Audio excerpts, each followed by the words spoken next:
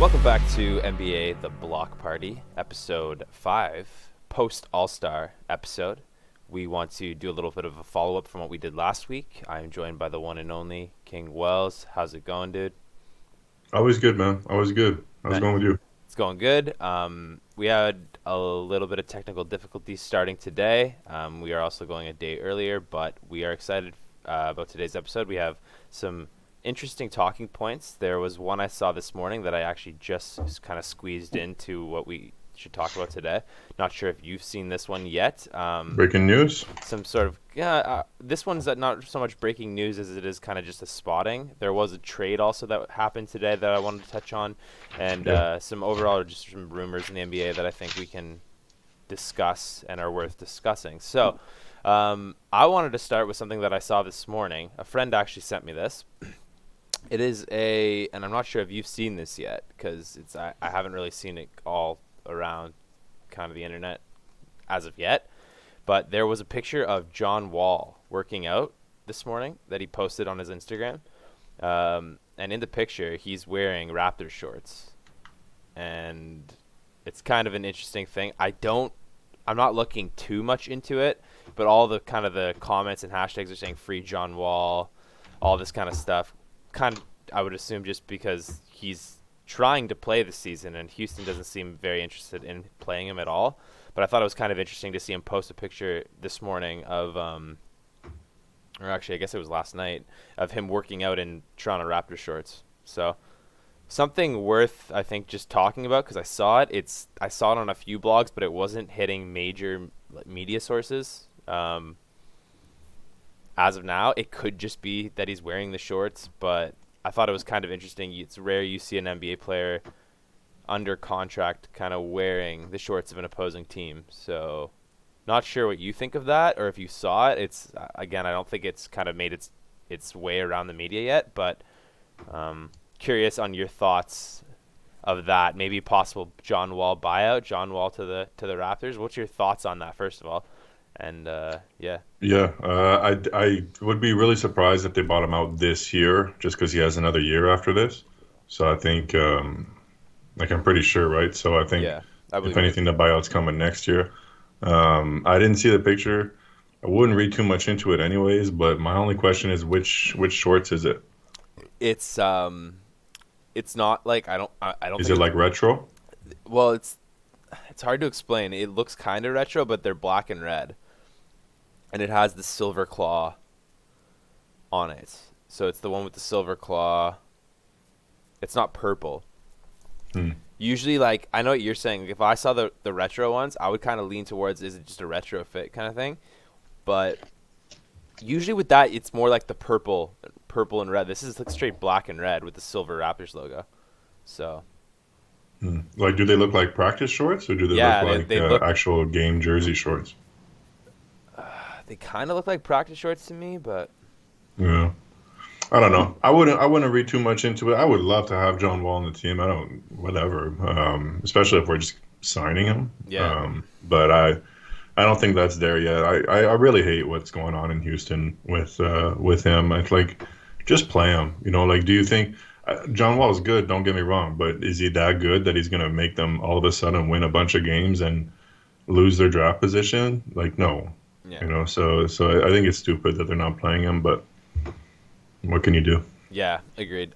So you don't think the shorts are anything to really look into? You think that could be just him posting freely because he's like, you're not playing me. I'll just post on whatever team. Like, could it be more of a statement than anything?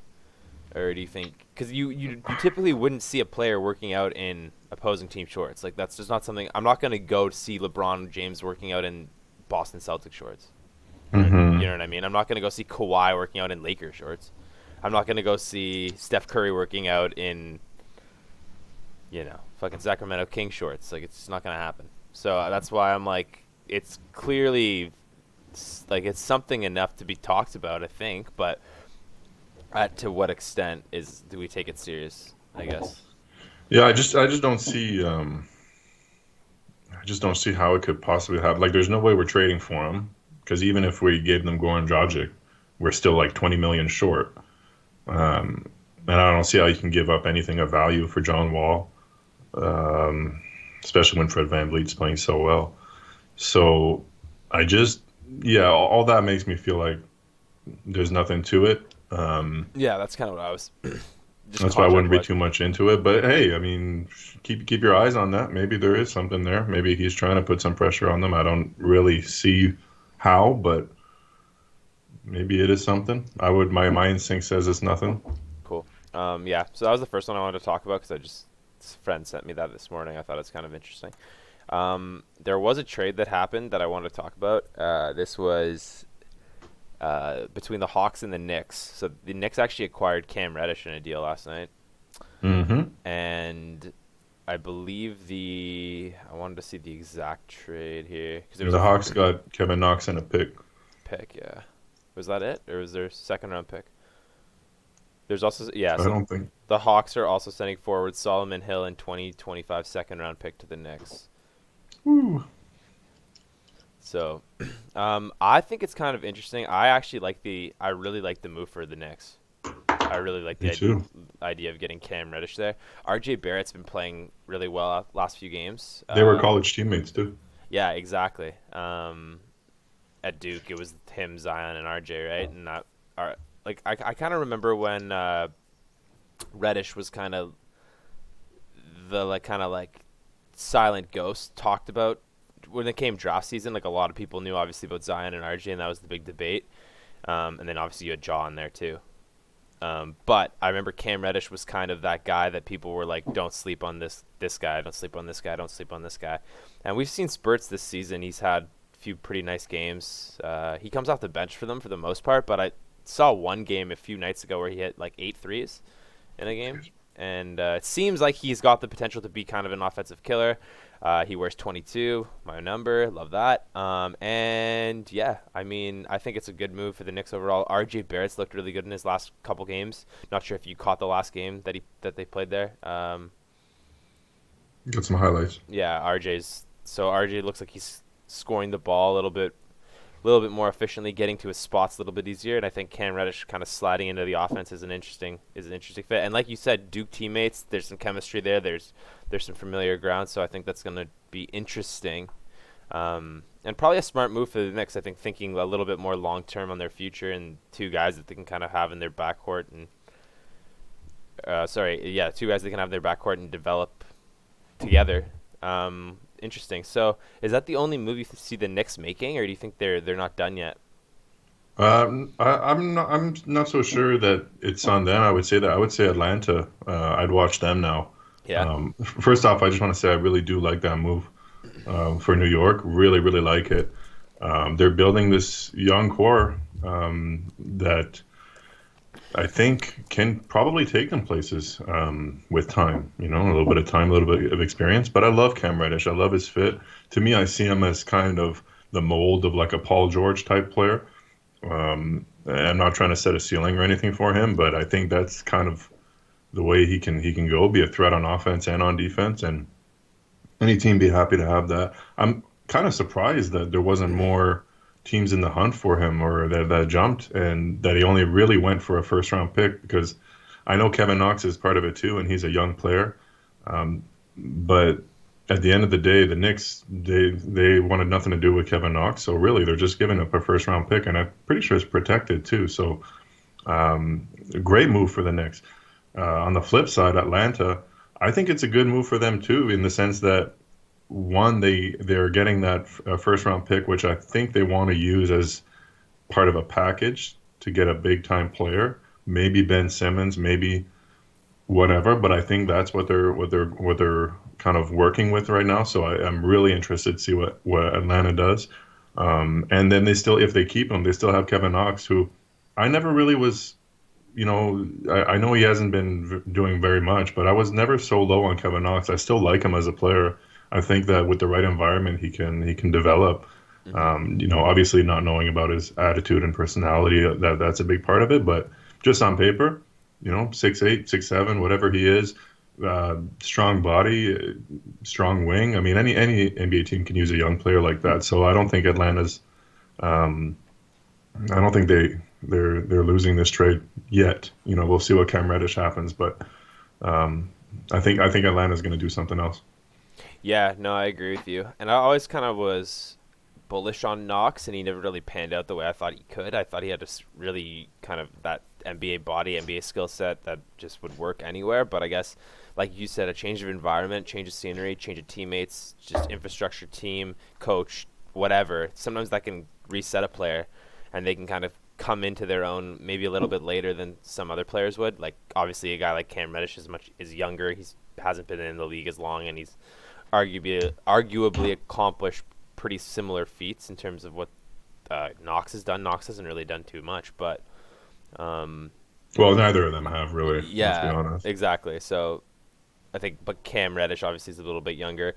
I think I would probably say I'd bank on Cam Reddish being the better player, but obviously that's why the first round pick was included. And maybe if you're a team like Atlanta, you can shed a guy like that, not have to worry about paying him. Get a guy like Kevin Knox who you think is a little bit undervalued that you can develop into something, and obviously get like you said, the first round pick, which can be used now in Ben Simmons trades, other kind of deal breakers. If they want to flip out Collins and the pick for a star, if they're trying to do something like that, or a more established star to pair with Trey, now that's a little bit easier if you have a first round pick just kind of laying around, right? So I think it's That's it. I think it's a good move for both teams. I agree with you. I do think the Knicks will probably see the benefits a little bit quicker, unless obviously a trade is made.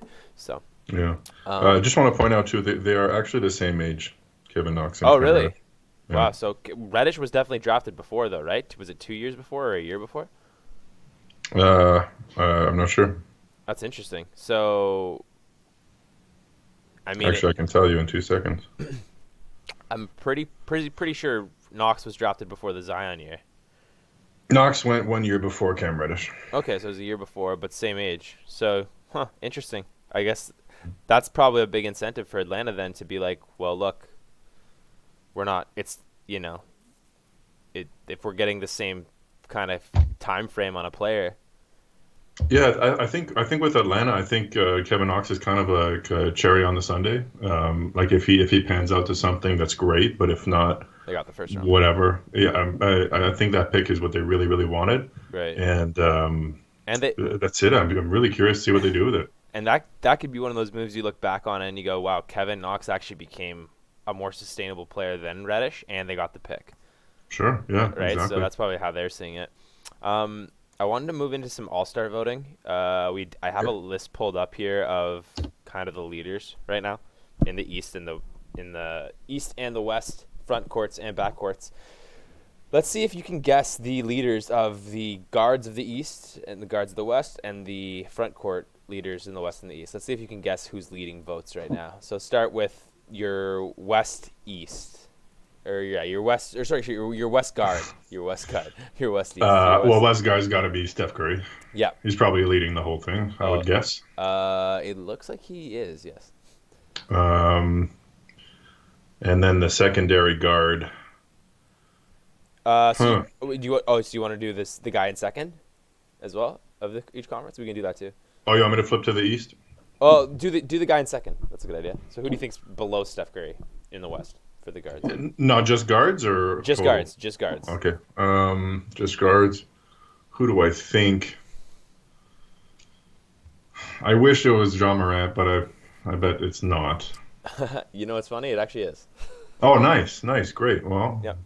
credit to the fans. So you got Jaw in second there. Let's go to the guards of the East now.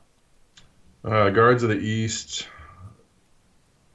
I'm gonna say, oh, DeMar. Please tell me it's DeMar. Yeah, he's leading actually by a long shot. Beautiful, beautiful. I like that.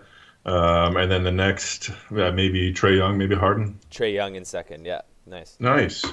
All right. Okay, okay. Things are making sense. I'm agreeing with it. Let's stay at the East, but we'll go to the front court. Who do you think's leading the front? Giannis for sure. No, it's actually not. It's not Giannis. He is in second place. Oh, Kevin Durant. Kevin Durant. Kevin Durant is leading Yeah, the, yeah, the, yeah, the of Eastern course. Conference. Okay, so you got Kevin and Giannis in 1 and 2. And now let's move to the West. We got the two. Okay, interesting. LeBron and Jokic. Yeah, nice, bro.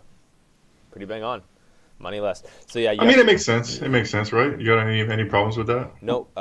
We got Steph Curry in first for votes, and right behind him is LeBron. And they're still gonna do the team leaders, and they do pick, or are they doing East West this year? I think it's gonna be draft. Yeah, I kind of like that. Yeah, I think me too. I think the draft All I don't Stars. hate it. If I go back in time here about 5 6 years ago, All Star game was boring. It was fun, but it was kind of considered like a joke. Last year? No, I'm talking like 5 6 years ago.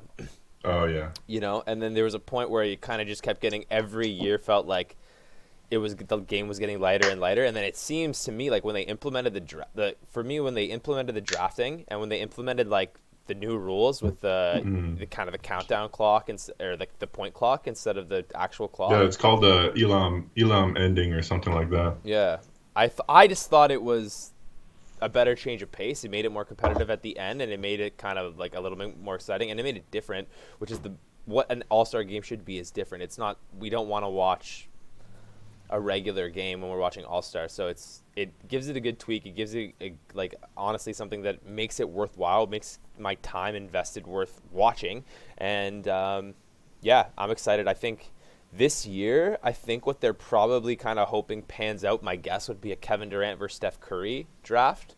I think that's kind of what they're hoping for the NBA. That's my gut feeling. I could see that's what they want.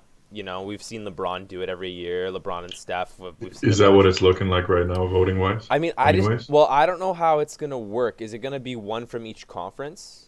yeah, I think that's what they usually So, do. 'cause Leading vote getter in the East, leading vote getter in the West. So as of now, if we're looking at that, it would be Kevin Durant versus Steph Curry, but LeBron and Steph are right there, neck and neck. Okay. So you could see a LeBron versus KD. My gut feeling is just because of I think I'd rather see LeBron and KD. really, I think Yeah, because Steph is too nice.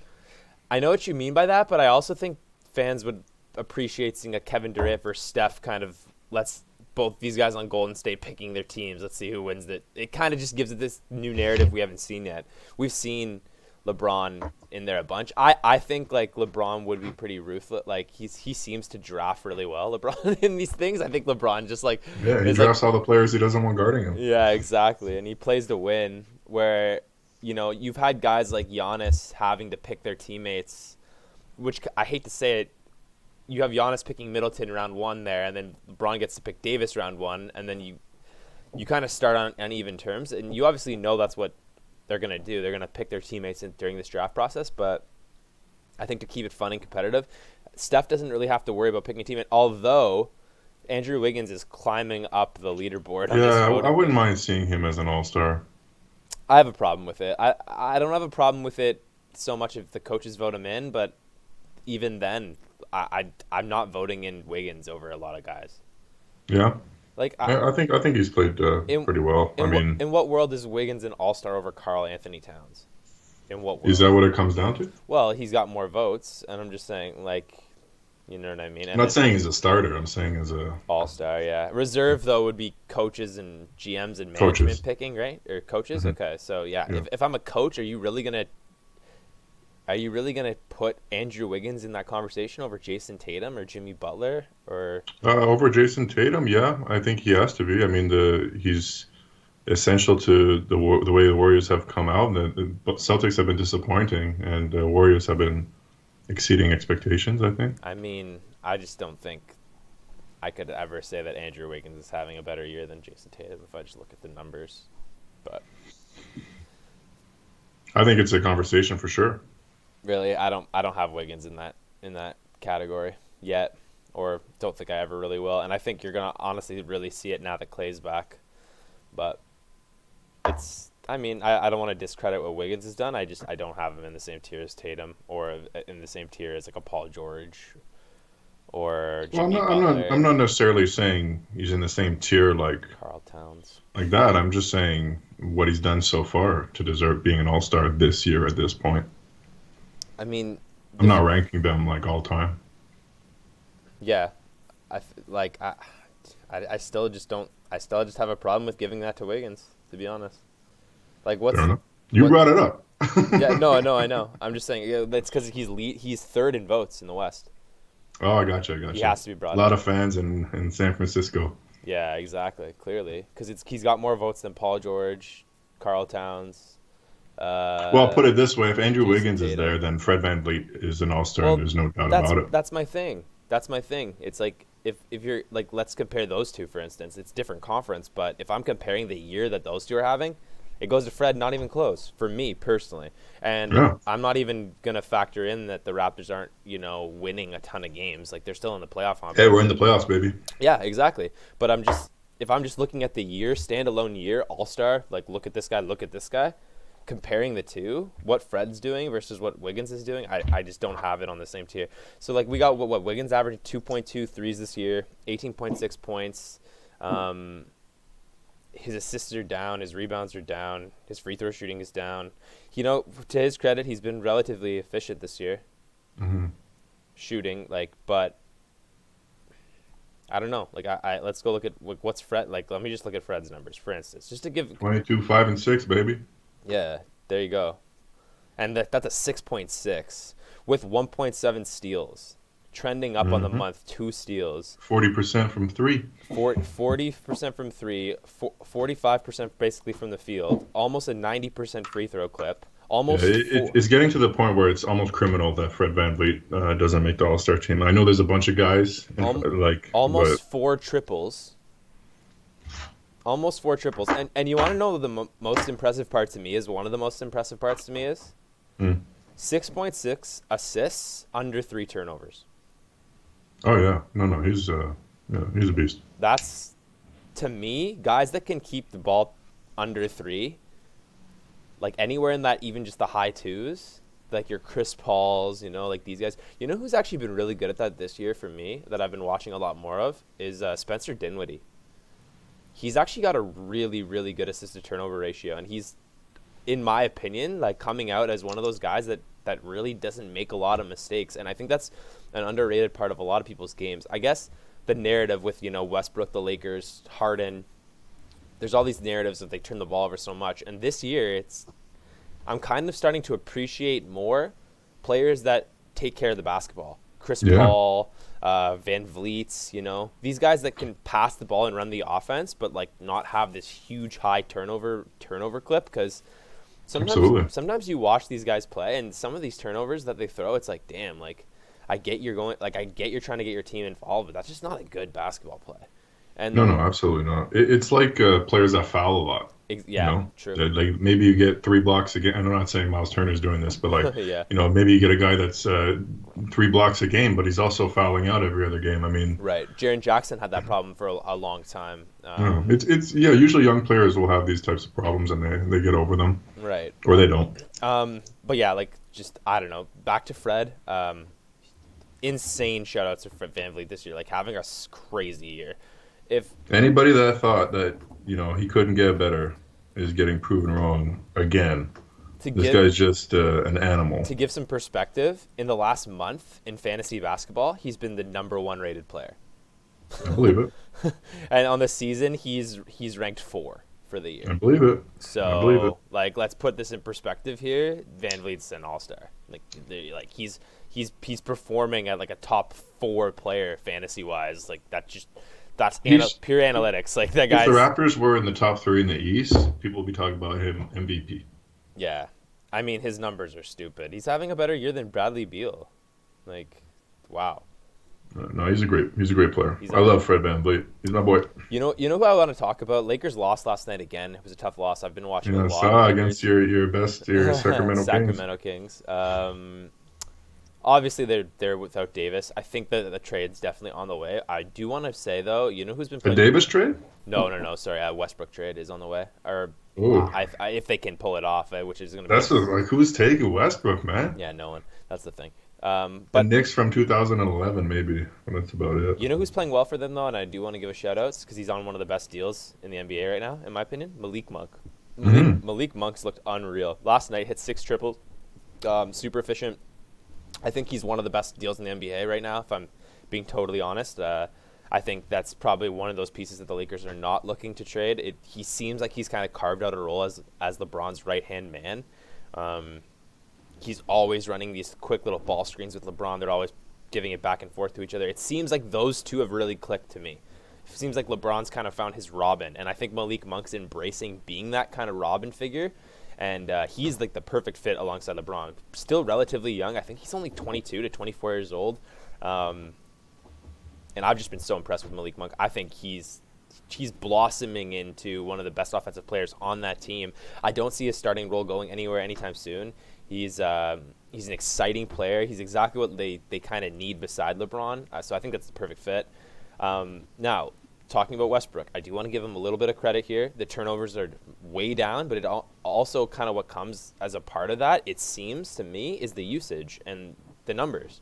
Like, if you look at Westbrook over his last few games, shooting's been terrible, so I want to give him credit. He's not forcing things, but it seems like he's really kind of taking now even more of a backseat, where you obviously want to see times like this where Westbrook steps up and does some crazy stuff.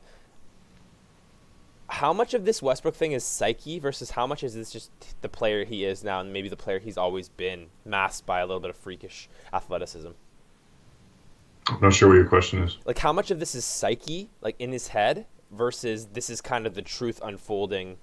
This is who Westbrook has always been. Maybe now it's a little bit more apparent because of the athleticism kind of toning down. So, like, how much of this is in his head versus how much of this is true? Like, how do you gauge that, or where are you sitting on that? But when you say this, you mean like him his, turning it over less? Or? No, I mean like just how much of this Westbrook, this like kind of poor efficiency, like non-assertive, is this psyche? Is this him being in his head, just trying not to turn the ball over? So like we have less usage, we have less numbers, we have less kind of assertiveness, or is this just kind of now the truth of who he is as a player? Like he needs to just take a backseat and. Because I guess the problem I have with Westbrook is when he's taking a back seat like this and he's standing without the ball in his hands, he's not a good shooter. Like, he's not going to be able to hit, catch and shoot threes. That's an understatement. So what can his role be on this team? Maybe that's a better question. Yeah, I think that my answer will be the same as it's been the start of the year. It's that the type of player that this is the type of player that he is. He's always been this type of player, always. And as his usage goes down, it makes sense that his turnovers will go down because he's not going to change. And I'm not really sure that. I don't think he has to change. However, in this situation with the Lakers, it does seem like the player that he is just doesn't fit unless. LeBron is playing center, and Westbrook is handling the ball most of the time, but that just doesn't seem like their best version of themselves. The other obvious answer, which is weird, but is to bring him off the bench and have him just run that second unit. Right. I don't really keep paying someone $50 million to come off the bench. It just seems odd. Well, they seem like it seems. I hate to say this, but the way they coach. And that he's being coached and he's playing pretty much the highest minutes on the team. I don't see his role kind of trending down, but I agree with you. If they could somehow use him, it's almost like what they should be doing versus what they can do. They can't be doing certain things because they don't want to send, I think, a message to the league that this guy's a bench player. We only want to play this guy 27 That's a good point. Night. That's a really good point. If they're trying to trade him, that's a really good point. They're forced into having to use him in a different way than they actually probably would use him if it's post-deadline, maybe, for instance. So I think you might see a little bit more what you're talking about post-deadline if a deal can't be made. But as of now, they're kind of stuck in this loophole where it's like we need to be displaying him like a starting caliber point guard, playing the most minutes a night. But I think what you're saying is it has a lot of there's a lot of undertone there because I think when you go past trade deadline here and you're creeping into playoffs maybe, it might be the most ideal thing to have a starting lineup where you have like LeBron, maybe like a Trevor Ariza in there with Malik Monk. What's going on with Trevor Ariza? Is he he's back. Is he injured? He's back? He's playing. You might want to start because like if I'm being totally honest, if I take Westbrook out of that starting lineup and I put him on the bench and I replace Westbrook with Avery Bradley, this team performs a lot better as a cohesive unit with Avery Bradley and Malik Monk beside LeBron. You've got two capable young guys who can defend, stretch the floor. Malik can get to the rim it seems like Avery Bradley's still a very capable on-ball defender. And then if you have Westbrook kind of running the show, even if you play him 30 a night off the bench, like Westbrook and Melo, I can see that. Then you slowly integrate Davis back into that starting lineup, I still think the Lakers have a lot of room to grow, a lot of potential that's still not been untapped. How they utilize Westbrook is the key to this. But I think, like what we just talked about, how we have to display him and use him is a lot different than how we should be using him.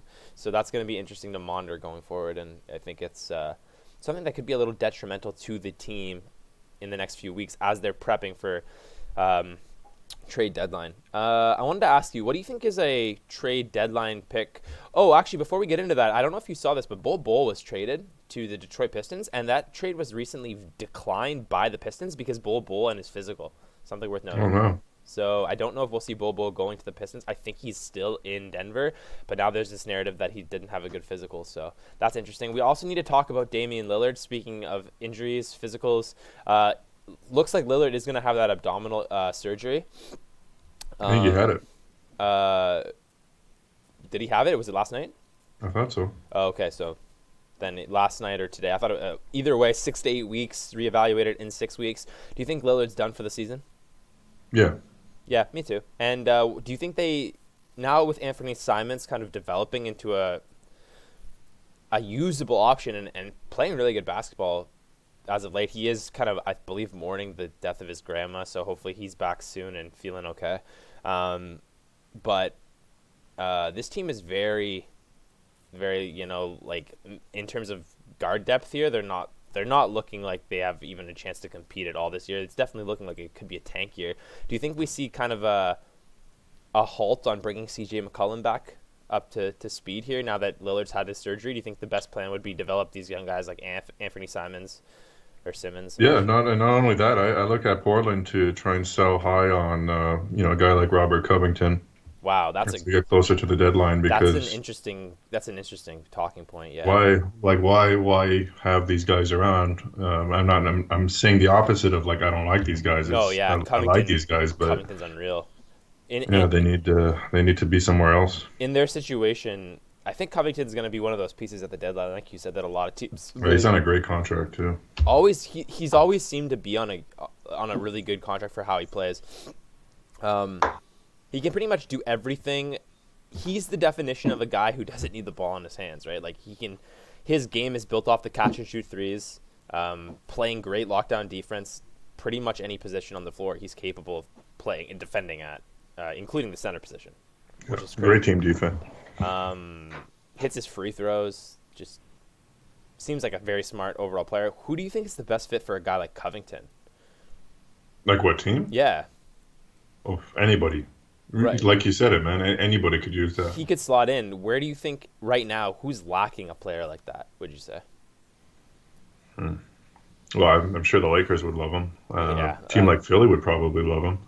Yeah. Minnesota even, I think, could use another guy like that. It's funny because Philly and Minnesota both had him at one point, right? Exactly. Yeah. That's the ironic part. Ben Simmons deals, kind of agents met again, no closer to a resolution. I'm not sure we're going to see that. Well, did you see that it looks like they're trying to package him with Tobias Harris? Saw that. Interesting. I think that's probably what you would need to do. Now, the question a lot of these teams are probably going to face is, do we want to take on that contract as well? Because that's a huge contract. It's like $70 million. Yeah, so that doesn't seem like it's going anywhere. John Collins was rumored to be unhappy in Atlanta. You might see some development there. Not too sure in terms of that deal what's going to happen with Simmons. I think we're probably going right to the deadline with that one. I'm telling you, Atlanta is preparing for something, and I kind of hope they do, because if they don't, this might go down as like this trade for Cam Reddish. The Knicks might go down as stealing Cam Reddish. Right. And they kind of do this in between while Atlanta's trying to prep for a Ben Simmons deal, maybe. Now, is Ben Simmons and Trae Young a good fit together? Do you like that? Yeah. I don't know how I feel about that. Why not? Isn't Ben Simmons... Like, obviously, Ben Simmons would be playing either a 4 or 5 spot. Right. I guess it's just like, do you really think Ben Simmons is a better fit with Trae Young than a guy like John Collins, who can stretch the floor? And Like Ben Simmons needs the ball in his hands, no? Yeah, but So he does also he's a good playmaker, and he's good kicking it defender out to too. Trae Young. True. I guess we'll see. I guess I just never understood why the John Collins thing couldn't work out. Like I always thought that was a good fit, but who am I to judge? I really like I John think Collins. it's more just the play style. Yeah. Um, like he fits. He does everything he's supposed to do, and um, he's going to be good wherever he goes for Right. his career. And I'm not totally, maybe it's not John Collins that's part of that trade. I mean, like most likely it is. I agree with you, but Mm. um, I don't think it's so much that Atlanta wants to get rid of John Collins. I think it's just more they're interested to Get Ben do Simmons. something special, Right. and Ben Simmons might be that. May or may not. You're right. It's always a risk. What do you think of the idea of the Simmons and Lillard thing now that Lillard's having surgery? Bringing Yeah, in. more and more likely, man. If Lillard or if Portland keeps losing like this, Hmm.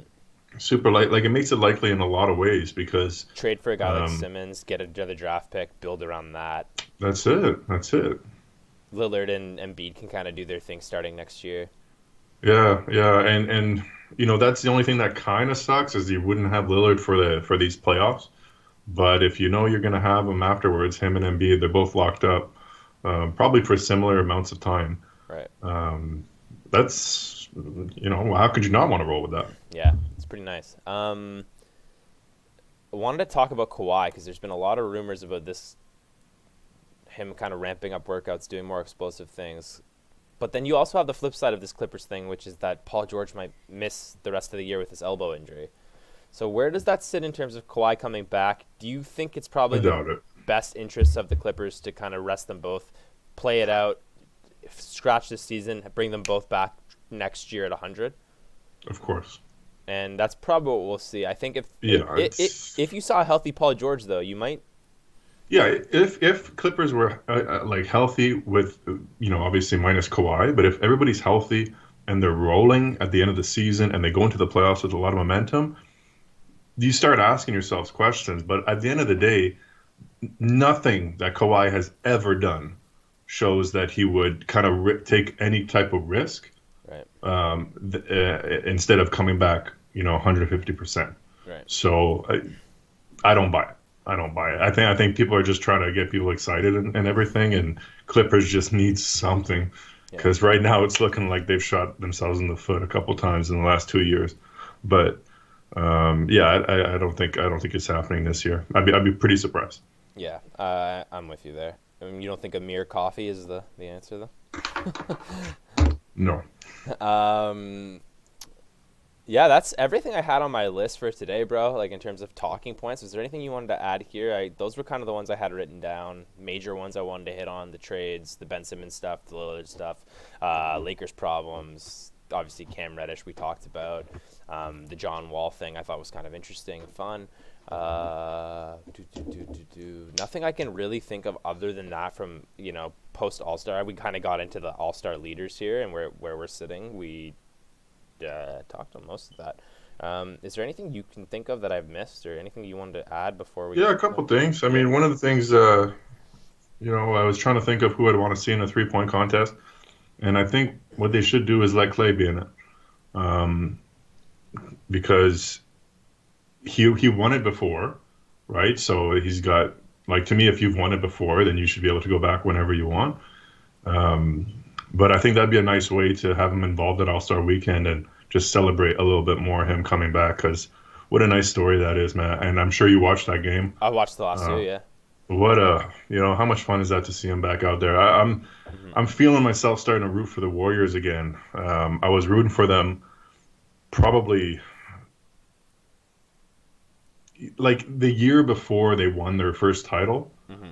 I was big Warriors fan, but then they kind of got like so good to the point where I was almost hating on them a little bit, and I was rooting for LeBron to beat them. Yeah.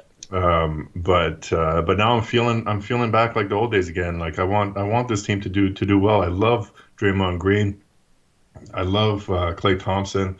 Um, Andrew Wiggins playing like a boss. Their bench is looking strong. Love Gary Payton too. Hmm. And then Steph Curry is the straw that stirs the drink, right? And he works his magic. So Hmm. Yeah, that's one thing. I'd love to see Klay Thompson in a 3-point shootout. Um, Yeah, that'd be fun. That'd be really fun. in the dunk contest, I mean, Jaw. That's who I want. yeah, fair enough, fair enough. I couldn't think of anything. Like dunk contest to me, like it used to be so much fun. And I know this is like not a hot take. Everybody says this, but um, I mean the one in Toronto a couple years ago with Zach LaVine and Aaron Gordon. That was probably the best one I've ever seen, even including the Vince Carter one. But yeah, I don't know. I don't know who else I would want. Three John Morant sounds like fun. 3-point contest has always been kind of a little bit more fun in the last few years, in my opinion. No doubt. No doubt. Yeah, That skills competition is pretty fun too. I gotta skills admit. is fun. I do like the. I really like the Young Guns game or whatever it's called. The sophomore and rookie youth game. Always, Oh yeah. I really enjoy watching those. I like the All-Star game itself. Really fun. The All-Star game kind of turned into a marquee event of the whole weekend again. It kind of felt like in years past you had the dunk contest and 3-point contest being the thing everyone looked forward to as All-Star Saturday, and then Sunday came and it was like, oh, here's the game. Now it's kind of just like a showboat, but now it does really feel like the marquee day is that Sunday, and the game is kind of the big highlighted point. So I'm cool with it. I'm cool with that being the focus point now, or the focal point where we get to see the best in the world, the elite of the league compete. So yeah, I'm cool with it. I did want to actually touch on a Raptors thing before we go. There's one thing that I did see. Scotty Barnes returned to practice today and is more on the lines of probable for next game. So that's just some good news there on the Raptors front. I want to talk about it. You do have Mobley sitting at the 1 spot again, I believe, in rookie voting, and I believe Scotty is now at 3rd, and I believe Cade has passed him. I'm hoping in the next few weeks here we get a Scotty Barnes surge where he can kind of project himself back into that top 2, because I want to see Scotty finish really strong. I'm sure he'll finish strong. I'll be quite honest. I don't really care if he wins Rookie of the Year or not. No, but I think he's Nobody right. ever really remembers those, anyways. Nah, but he's right there. He's right there. He can get it. I know he Yeah, can. as he should. He should be right there. Yeah. So. But yeah, Raptors need him, man. The Phoenix game was a very entertaining game, and to lose the way we did was a little disheartening, but at the same time, it was one of those what do you call it, like character lot, or one of those like moral victories or whatever, to hang like that without Gary Trent Jr. and Scotty Barnes. Yeah. So Raptors looking good, man. It's a lot of fun watching him these days. Pascal should be in talks for All-Star too. He's been playing very well. Oh, by the way, I wanted to get back to our last point because last week we talked about OG versus Pascal games played. They were Yeah, I was right. Yeah, but by 1 game, right? I think. That's what I said. Yeah. I was gonna say it was like very close, very very close. Like it was like they were very similar in terms of games played. So, but I want to say though, I think in the next few weeks here you're gonna see OG get back to where he was playing at the beginning of the year. I really do believe that. I think OG is. It'd be nice. I think OG is gonna kind of come out strong again. I'm pretty confident in OG here, but. I do agree with you. Siakam's playing at a crazy good level right now, so you got to give props where props are due. That's another trade scenario that could possibly happen that got a little quiet, that was kind of heating up midway through the year, or midway through the first half of the year. Trading Pascal? Yeah, like Siakam going to a contending team like the Warriors, or like, do you think that's less likely now that the Warriors got Clay back and things have kind of settled there? Or do you think that you could still see maybe like a Wiggins, Jordan Poole, Wiseman big kind of deal where they unloaded some of their young talent and get a guy like Siakam? And If we're getting Wiseman and Wiggins, I'm thinking about it, but man, I don't think I'm calling anybody trying to trade Pascal Siakam right now. I really like our 3-headed monster there, yeah, with Barnes and OG, and I think it's working better than I thought it was going to work. Like I at the start of the year, I wasn't really sure who's going to take those center minutes and what that looks like. But more and more, I think Scotty Barnes is, while I don't think it's his ideal position, I think he fits in there eventually as a center, which sounds weird to say, but I think he can pull it off, and I'm pretty confident in that. So I want to see what this trio does, and then to have Fred VanVleet and Gary Trent Jr. just shooting the lights out behind them. I'm okay rolling with that. I like our starting lineup quite a bit. I don't think they're in a rush to move on from Siakam, which was kind of being stressed earlier, but I don't think they're as are in a rush at all. Really, like you said, I don't think there's any urgency there to make a dire move. And even like I would have said that Chris Boucher was kind of the most likely to be traded, but the last couple of weeks, He's looked man, good. he's really turned it around, Yeah, really turned he's it looked around. really And it's good. not like he's hitting threes or anything. Like it's No. everything else. Yeah, agreed. And Nick Nurse obviously is really happy with him. Hmm. And I've been surprised with. I'm really happy I'm seeing him impressed. play Yeah, too. I'm impressed. I'm impressed to Yeah, he's see come what a he can long do. way. So yeah, the Raptors will be fun to kind of watch over the next few weeks. A lot of teams. They don't play till I think is it tomorrow they play? Yeah, Tomorrow, to yeah. Detroit. So that'll be hopefully fun. Hopefully Scotty can get out there. Scotty versus Cade. That would be a lot of fun. Yeah, I think so. I think he'll With the play. whole Rookie of the Year thing. And yeah, man. I think we had a pretty good episode today. Might cut it there. Hope we can pick up next week. Hopefully. And yeah, I mean, I think we covered a lot of good stuff today, and I think there'll be a lot to talk about going forward as we progress closer to All-Star here. Yeah, I think there's a lot of trade rumors going around, and that's just going to heat up even more and more. So Yep, we'll looking have a lot forward to it. talk about next week. For sure.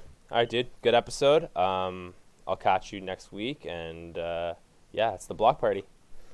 Take it easy. Peace, bro.